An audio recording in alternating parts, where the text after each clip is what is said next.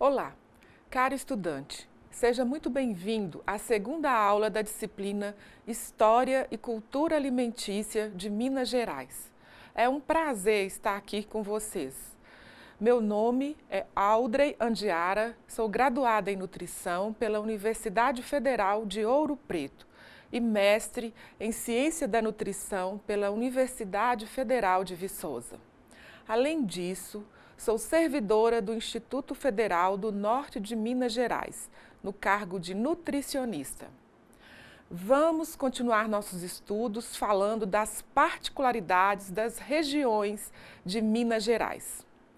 Como já dito na aula passada, embora a base da culinária mineira esteja ligada à região mineradora, conhecida como Vila do Ouro e Diamante, a culinária típica de todos os cantos de Minas Gerais também é de grande expressividade. No norte de Minas, onde predomina a criação de gado de corte, o destaque é o consumo das carnes de boi, em sua forma mais tradicional na região, que é a carne de sol. Destaca-se o arroz com piqui como o prato mais conhecido. Nas margens do Velho Chico, temos o peixe como a principal fonte de renda da população, levando fama às cidades ribeirinhas. Quem nunca ouviu falar das famosas pescarias em Três Marias e Pirapora? No sul de Minas são produzidos laticínios e doces finos, em especial na região de Araxá, onde as doceiras têm fama internacional. No nordeste de Minas, na região de Patos de Minas, são comumente usados temperos naturais, como o uruncu e o açafrão, que dão colorido e toque especial à comida. Com tantos pratos deliciosos e tantas variedades, não é difícil entender por que a cozinha é tão importante para nós mineiros. A culinária é uma arte que vem ganhando espaço através dos tempos, desde os primórdios do descobrimento ou das conquistas, quando os conquistadores ganhavam distâncias de suas origens para buscar sabores em forma de temperos. A cozinha mineira é um orgulho da gastronomia nacional, com pratos bem temperados, com sua química, que combina muito bem com tudo o que é oferecido ao visitante. Então, vamos iniciar nossos estudos pela nossa região, o norte de Minas Gerais. Vamos falar inicialmente de um alimento de grande consumo pelos norte-mineiros, o piqui. O piquizeiro é uma espécie de ocorrência generalizada no Cerrado, sendo explorado predominantemente de forma extrativista. Antes de prosseguirmos, vamos definir o termo extrativismo. Vamos ao slide 1. Extrativismo é a atividade de extrair da natureza os recursos que estão à disposição do homem, sejam estes produtos de origem animal, vegetal ou mineral. É considerada a mais antiga atividade humana, antecedendo a agricultura, a pecuária e a indústria. O extrativismo do pequi é tradicional no norte de Minas. O fruto é encontrado com abundância nas áreas de cerrado e se destaca pelo seu sabor diferenciado e pela alta qualidade. O consumo e a comercialização da fruta in natura tem significativa importância socioeconômica para a população da região. O consumo do seu fruto é tradicional e muito valorizado pela cultura sertaneja. Sua polpa, aderida aos caroços, é utilizada em diversos pratos. Dessa polpa, extrai-se o óleo, utilizado para frituras e como condimento. A exploração econômica desta espécie é considerada uma prática ambientalmente sustentável e sua importância socioeconômica é verificada no conjunto de atividades que englobam coleta, transporte, beneficiamento, comercialização e consumo, tanto do fruto in natura quanto dos produtos derivados. Devido ao seu valor econômico e nutricional, o pequi é conhecido como o ouro do cerrado. Em caráter geral, mesmo com a exploração extrativista, inúmeras famílias se beneficiam na época de safra do pequi, tendo a cultura como fonte de renda e de emprego. Vejam no slide 2 o mapa da região norte de Minas Gerais com as cidades polo de processamento do pequi e as principais cidades extrativistas. Observem no mapa.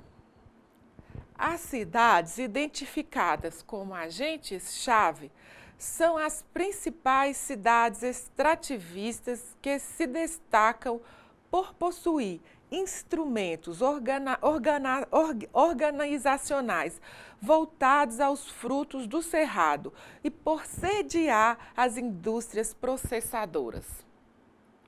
Observem que algumas cidades não se destacam na produção extrativista do fruto, mas são consideradas importantes na economia regional do pequi, seja com a comercialização dos produtos industrializados ou pela distribuição institucional em escolas, creches, hospitais do fruto ou pelo comércio do fruto in natura em âmbito municipal. Então, quais são as formas de uso do pequi? O consumo do pequi se dá tradicionalmente cozido. Do fruto se produz óleo empregado como condimento no preparo de arroz e carnes, doces, sorvetes, bolos, entre tantas outras preparações muito apreciadas pelo norte mineiro e pelos visitantes.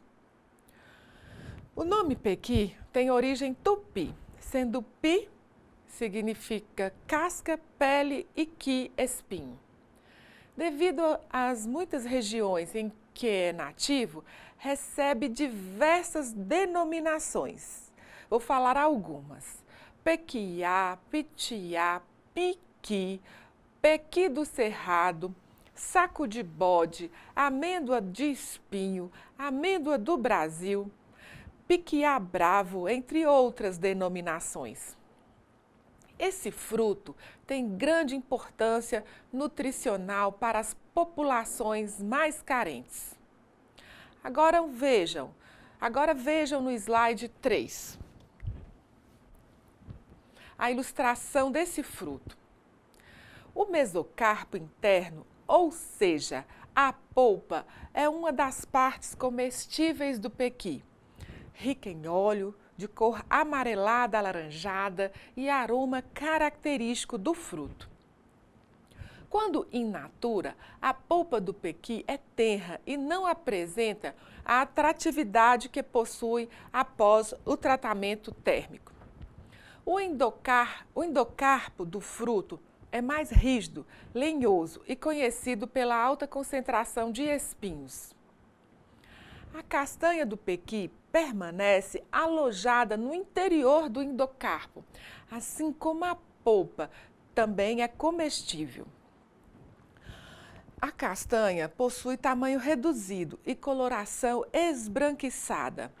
A amêndoa oleaginosa possui grande aceitação em preparações como farofa, paçoca, doce ou mesmo in natura. Devido à sua concentração de lipídios, é comum que seja realizada extração do óleo da castanha. A polpa e a amêndoa do pequi são comumente utilizados na alimentação, no preparo de licor e para extração de óleo. A natureza oferece os ingredientes que, após os procedimentos de preparo e aromatização, se tornam um alimento. Assim, do cru ao cozido, após processado, o pequi não é mais natureza, e sim cultura, representando a própria alma de um povo. A carne serenada também é destaque em nossa região. No norte de Minas Gerais, o consumo de carne de sol serenada já se tornou tradição da culinária regional, incentivando o desenvolvimento da pecuária, assim como do comércio. Agora vamos ao centro de Minas Gerais, com destaque às cidades históricas Congonhas, Diamantina, Mariana, Ouro Preto, Sabará, Cerro, Tiradentes, dentre outras, com rico patrimônio histórico, arquitetônico e testemunhas do auge do ciclo do ouro no Brasil e de vários momentos relevantes da história nacional.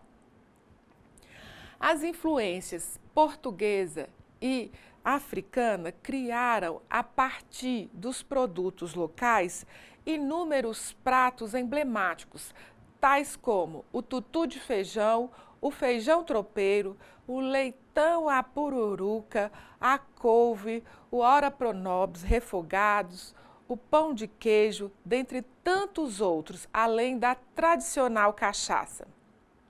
Cereais como feijão e milho, carne e gordura de porco são usados em profusão nessa região. Minas é ainda referência nacional no preparo de queijos, resultado do sucesso da bacia leiteira da região. A tradição na queijaria é tão forte que em 2011 foi registrado como patrimônio imaterial pelo Instituto de Patrimônio Histórico e Artístico Nacional, o modo artesanal de fazer queijo de Minas nas regiões do Cerro e das Serras, da Canastra e do Salitre.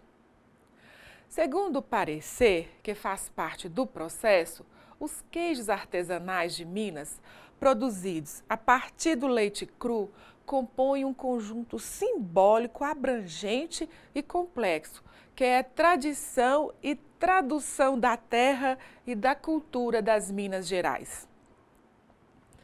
O queijo artesanal canastra é um produto de grande importância e representatividade na região onde é produzido, na Serra da Canastra. Feito de leite cru, esse queijo é produzido há mais de 2 séculos e se assemelha ao queijo da Serra da Estrela, de Portugal, trazido pelos imigrantes europeus no ciclo do ouro. A altitude da região da Serra da Canastra, o seu clima e pastos nativos são responsáveis pelo fato do queijo possuir o seu sabor único e original, com características consistente, picante e densa. A Organização das Nações Unidas para a Educação, a Ciência e a Cultura, UNESCO, define como patrimônio imaterial as práticas, representações, expressões, conhecimentos e técnicas que as comunidades, os grupos e, em alguns casos, os indivíduos reconhecem como parte integrante de seu patrimônio cultural. Então, vamos falar mais um pouco dessa iguaria preciosa de Minas, o queijo artesanal do Cerro. Na segunda metade do século XVIII, os exploradores de ouro partiram para as regiões das minas no Brasil Central, levando a prática da elaboração artesanal do queijo para as fazendas, desenvolvendo, sobretudo, o chamado queijo Minas. O queijo Minas era preparado mediante aplicação de coagulante desenvolvido a partir do estômago seco e salgado de bezerro ou cabrito. Na região do Cerro, o queijo chegou também pela Trilha do Ouro, na bagagem do explorador do minério. Mas só no momento após a decadência da mineração e depois do ciclo rural mais promissor, o da cana-de-açúcar, é que o queijo se estruturou como elemento de alavancagem da economia. Nos primórdios de sua tradição, o único ingrediente trazido de fora das fazendas era o sal. As formas de queijo eram feitas em madeira de lei pelos marceneiros locais e o coalho era produzido a partir do estômago do tatu, de onde eram retiradas a pepsina e a renina, enzimas necessárias à coagulação do leite. Como fermento láctico, passou-se a usar o pingo, que é o soro que escorre do queijo no prazo de 12 a 24 horas após a fabricação, que contém um grupo de bactérias lactofermentativas que confere ao queijo o seu sabor característico. Bom, nos tempos atuais, essa tradição continua sendo mantida pelos conhecimentos passados de geração para geração. Pouca coisa foi mudada. As formas hoje são de plástico e o coalho é industrial, comprado já pronto, o que proporciona mais higiene e segurança do produto. Mas a técnica de produção continua inalterada, excetuando-se o cuidado com a higiene do produto, que é muito maior atualmente. Com o passar dos anos e o crescer do saber científico, muitas explicações foram dadas quanto à caracterização do queijo. Uns atribuíram ao capim da região, outros às bactérias lácticas regionais e assim por diante. Mas o que se acredita hoje é que a característica única do queijo do Cerro se dá por um conjunto de fatores como altitude, clima, umidade do ar, alimentação das vacas, que contribui diretamente no grupo de bactérias que proporcionam o sabor ao queijo. Hoje, na região do Cerro, o queijo é mais que um produto agroindustrial. É uma herança que passa de pai para filho. Fazer um bom queijo é uma obrigação imposta pela tradição e um motivo de orgulho regional. E o pão de queijo? Qual é a sua origem?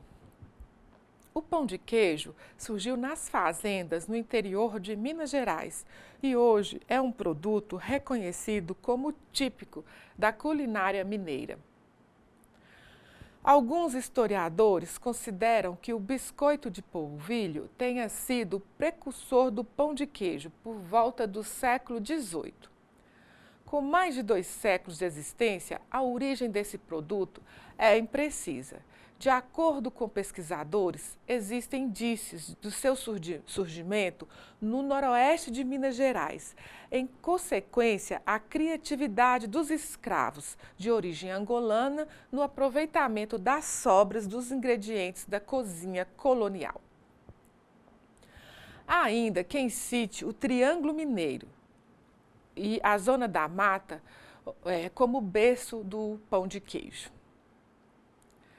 A expansão da comercialização deste produto para outros estados brasileiros e para o exterior ocorreu devido às inovações tecnológicas, principalmente após o surgimento das massas congeladas, que permitem preparo rápido do alimento, adaptando-se bem às condições da vida moderna.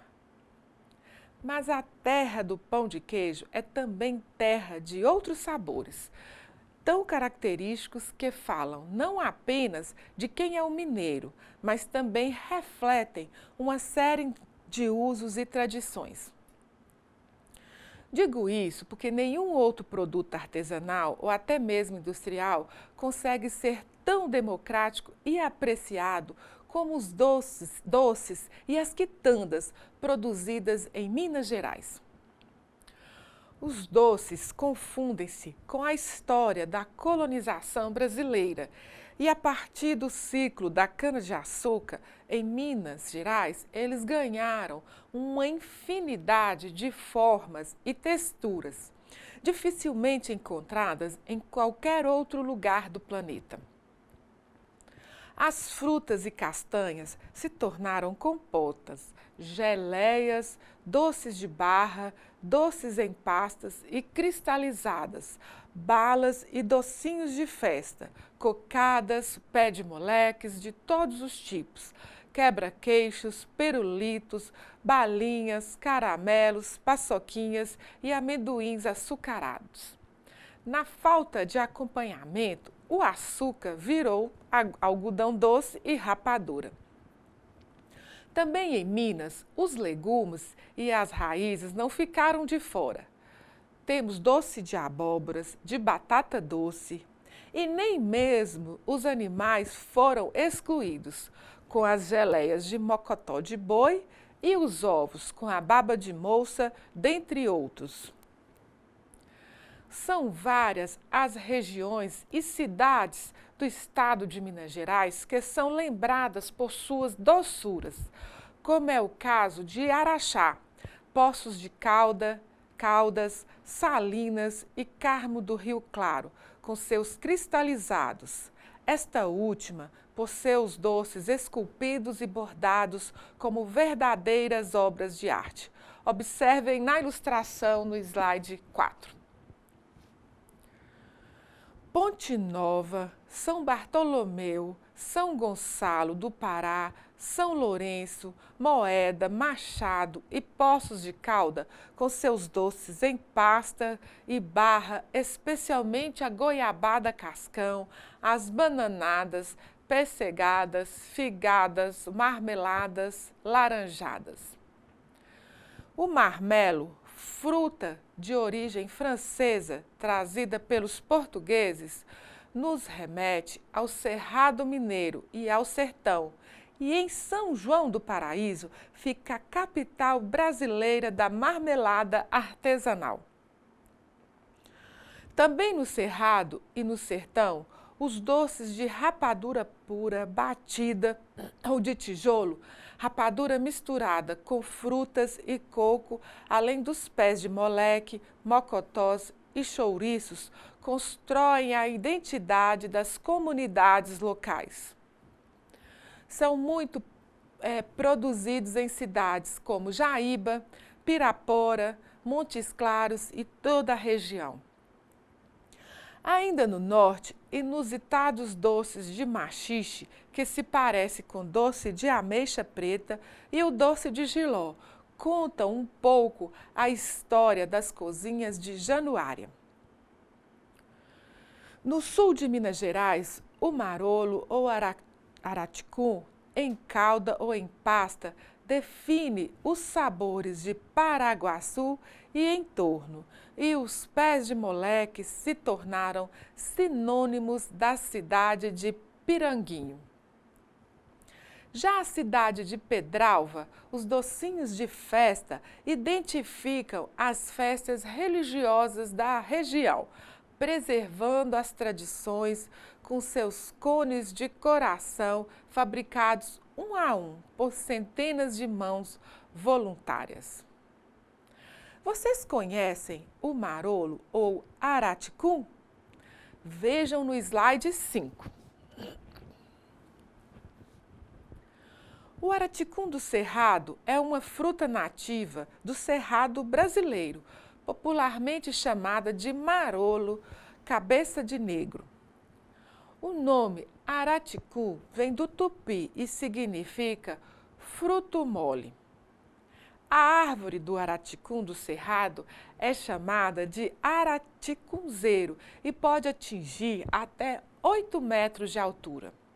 Sua floração ocorre de setembro a novembro, sendo sua frutificação nos meses de novembro a março. Ainda fazendo couro com essas doçuras, as regiões produtoras de fruta produzem geleias que não deixam nenhuma saudade das melhores francesas. É o caso dos morangos e frutas vermelhas de Barbacena e região. No sul de Minas, Gonçalves, Monte Verde, Poços de Calda e Machado, as geleias também são estrelas. E os doces de leite? Os doces de leite de Viçosa puxam a fila dos mais diversos e famosos doces de leite do país e do mundo. Variações sobre o tema se apresentam de forma inusitada, como doce de leite com pequi de curvelo e também com raspas de limão capeta. São várias as produções de doce de leite cremoso com café, com coco, com maracujá, ameixa, figo, cidra, mamão verde e tantas outras. Balas e pirulitos, como as delícias ou balas de coco, têm seus mais famosos tachos na cidade de Santa Luzia, que encantaram a princesa Diane com suas balinhas brancas. Outra referência de peso está na cidade de Salinas. Dizem que os quebra-queixos e pirulitos se fazem presente na viagem de trem entre Tiradentes e São João del Rei. Aproveitem para assistir a um vídeo mostrando a produção de bala delícia na cidade de Salinas. Até aqui, vocês já perceberam que são vários os doces industrializados que fazem coro com os artesanais no fortalecimento da imagem de Minas Gerais como estado da gastronomia. Mas ainda temos muito o que falar. Agora, vamos falar de algumas curiosidades e lendas de algumas sobremesas e doces descritas no livro da escritora Roberta Malta Saldanha. Vamos começar pelo arroz doce. O arroz doce, conhecido como arroz de leite no sul, chegou ao Brasil junto com os portugueses. Na região de Coimbra, em Portugal, quando os noivos entregavam o convite de casamento, ofereciam uma travessa de arroz doce coberta com a toalha feita pela noiva. Depois de uma semana, o casal voltava e, junto com a travessa, recebia o presente. Nas receitas modernas de arroz doce, é comum as pessoas agregarem leite condensado. Essa era a receita preferida de Michelangelo, um pintor, escultor e arquiteto italiano que viveu entre os anos de 1475 e 1564 e é considerado um dos maiores representantes do Renascimento italiano.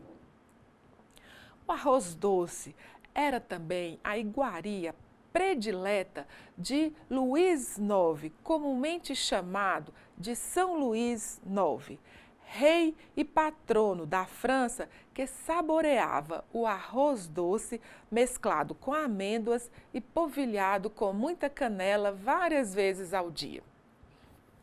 Bom, e a origem do doce brigadeiro? Era o ano de 1945 e o brigadeiro Eduardo Gomes, da União Democrática Nacional, disputava a presidência do país com o Marechal Eurico Gaspar Dutra, do Partido Social Democrata, protegido do então presidente Getúlio Vargas. Eduardo Gomes era um homem alto e charmoso e nunca se casou. liderou a criação do Correio Aéreo Nacional e por 2 vezes foi ministro da Aeronáutica. É inclusive o patrono da Força Aérea Brasileira.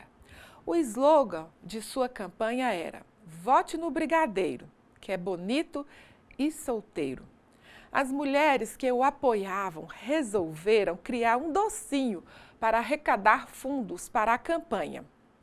Misturaram leite condensado com chocolate em pó e criaram o docinho do Brigadeiro. O docinho triunfou. Já seu padrinho, Dutra, deu um banho em Gomes. 55% dos votos contra 35%. E Dutra assumiu a presidência em 1946. E a origem do pé de moleque? De acordo com Saldanha, os primeiros doces genuinamente brasileiros foram o pé de moleque, a paçoca, a rapadura, a cocada e os quindins de iaiá. O pé de moleque é feito com rapadura e castanhas de caju no Nordeste e no interior de São Paulo, com amendoim. A origem do nome, diz a lenda, vem das brincadeiras das crianças que ficavam em volta do fogão, enquanto as doceiras mexiam os tachos. Percebendo o olhar pidão da criançada, elas diziam: "Pé de moleque, pé de moleque". Bom, já o picolé foi inventado por Frank, um menino de 11 anos, que esqueceu no quintal de sua casa em São Francisco, na Califórnia, um copo de refresco com uma colher dentro, durante uma noite de inverno em 1905. Pela manhã, ele notou que a bebida e a colher haviam congelado juntas. Há ainda doces que foram produzidos como uma forma de homenagem. É o caso da torta Marta Rocha, a baiana que foi eleita Miss Brasil aos 21 anos, ostentando 1,70 m de altura, 58 quilos, 92 centímetros de busto, 59 centímetros de cintura e 97 centímetros de quadris. Dizem que por 2 polegadas, ou cerca de 5 centímetros, ela perdeu o Miss Universo em 1954 para uma norte-americana, deixando inconformados milhões de fãs, entre eles o espanhol Jesus Alvarez, proprietário de uma confeitaria em Curitiba. Para homenagear sua musa, Jesus resolveu que daquele momento em diante, sua maior criação, uma torta com creme de ovos, coco, ameixa e doce de leite e coberta de fondue, passaria a se chamar torta Marta Rocha. A Miss não gostou, nem sequer provou a torta. Ela disse: "Acho que tem muita gente ganhando dinheiro à minha custa". Vejam a ilustração dessa torta no slide 6.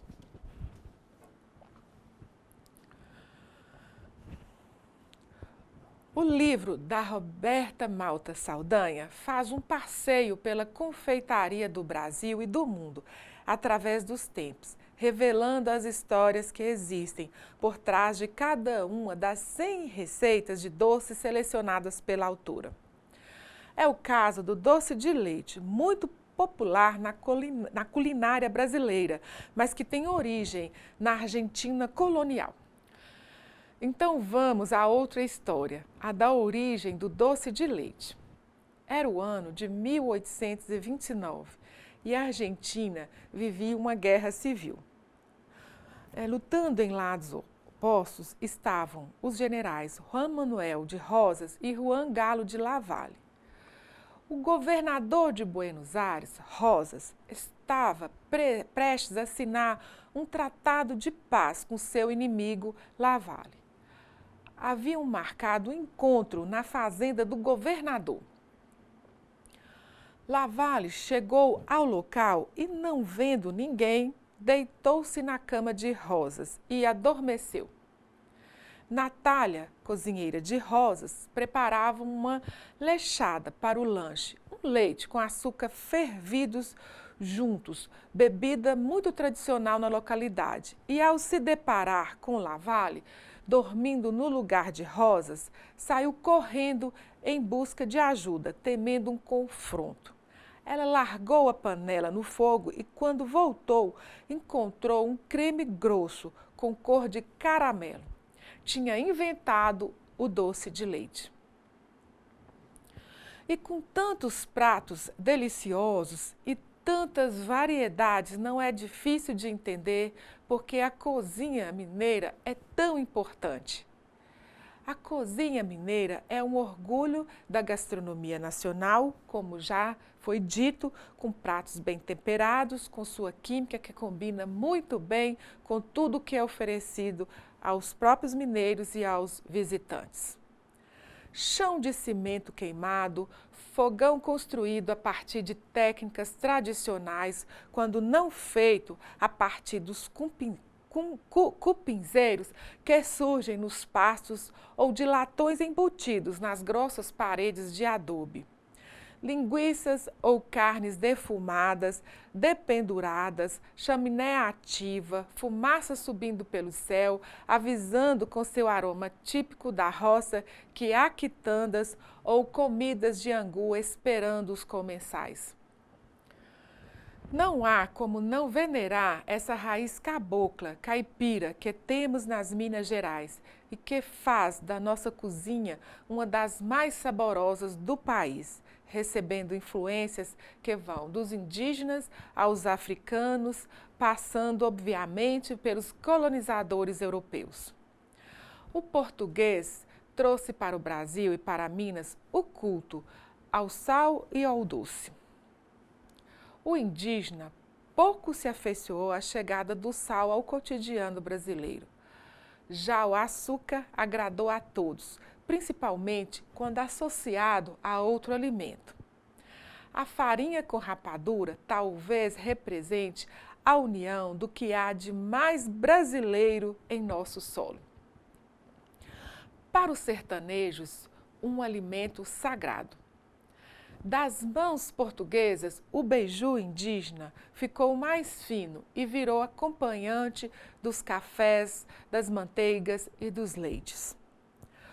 O mingau de Carimã, também nativo, foi adoçado com mel ou açúcar. Na falta de trigo, as sinhás utilizaram os derivados da mandioca e do milho e acrescentavam ovos, leite, manteiga, açúcar. Nasceram daí os primeiros bolos nacionais. E atravessando os séculos, chegaram até nós os primeiros pratos da culinária mineira. Essas são as principais tradições e características de receitas que perduram até hoje. Nas casas, nas fazendas, nas pousadas, nos restaurantes de Minas Gerais, onde fartura é quase obrigatória e o excesso de doçura um capítulo à parte. No cenário da gastronomia mineira, o fogão a lenha, o café, as quitandas, o queijo mineiro e a boa conversa estarão sempre presentes. O crepitar da lenha no fogão de alvenaria, bem no meio da cozinha, com o piso de cimento queimado, onde o bule, as panelas de pedra-sabão que enfeitam as mesas de Minas Gerais e mantêm quente tantas delícias. Vamos encerrar a nossa disciplina com o poema de Carlos Drummond de Andrade sobre o que é ser mineiro. Ser mineiro é não dizer o que faz nem o que vai fazer, é fingir que não sabe aquilo que sabe, é falar pouco e escutar muito, é passar por bobo e ser inteligente, é vender queijos e possuir bancos. Um bom mineiro não laça boi com imbira, não dá rasteira no vento, não pisa no escuro, não anda no molhado, não estica conversa com estranho, só acredita na fumaça quando vê o fogo. Só arrisca quando tem certeza, não troca um pássaro na mão por dois voando. Ser mineiro é dizer uai, é ser diferente, é ter marca registrada, é ter história. Ser mineiro é ter simplicidade, pureza, humildade e modéstia, coragem e bravura, fidalguia e elegância. Ser mineiro é ver o nascer do sol e o brilhar da lua, é ouvir o canto dos pássaros e o mugir do gado, é sentir o despertar do tempo e o amanhecer da vida, é gostar de política e amar a liberdade, é viver nas montanhas, é ter vida interior, é ser gente. Minas são muitas, como disse Guimarães Rosa. É fogão de lenha e comida preparada em panela de pedra-sabão, turmalina e esmeralda, tropa de burro e rios indolentes chorando a caminho do mar, sino de igreja e tropeiros morejando gado sob a tarde incendiada pelo hálito da noite. Minas é saborosamente mágica. E com isso encerramos os assuntos da nossa última videoaula. Eu espero que vocês tenham gostado. Lembrem-se de acessar a sala virtual, participar dos fóruns e postar as suas dúvidas. E não se esqueçam dos estudos da apostila. Bons estudos e muito sucesso! Um grande abraço!